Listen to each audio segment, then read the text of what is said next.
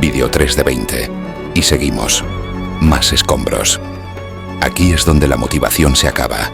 El segundo día de limpieza. El tercer día. Ya no es nuevo, ya no es emocionante. Es el trabajo que nadie aplaude, el que no se ve bonito. Es fácil pensar, ¿para qué sigo? Si falta muchísimo. Pero aquí es donde se gana la batalla. No con la fuerza del primer día, sino con la constancia de todos los días.